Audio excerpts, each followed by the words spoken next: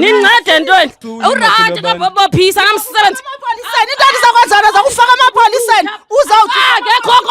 hey yafaka amapolisa kanjani nogogo awukhulumi kanjani nogogo wena thula wena ngoba ngasikhetha ukugibisela impama hayi bethunye andali mari bengicela urespect labantu labalana lo mntana undixutha namakhadi wami yegrant andisakwazi nothina andisakwazi nothenga nantoni ngemali yami yegrant uyinkaka bengahlawusha mama uyazelaphi yena le ngoba bethapi right okubetha umuntu omdala ugogo yimi lo mama wawungayosebenza unlike uzoshaya ugogo umthatha wena ntoni ngoba ndihlele ekhaya shaya umama ayebuyela emzini wakhe ayekuzondihlukumeza endlini kamama ngoba wambulala umtshile umgqibile mostly uyagula ne ndiguliswa nguwe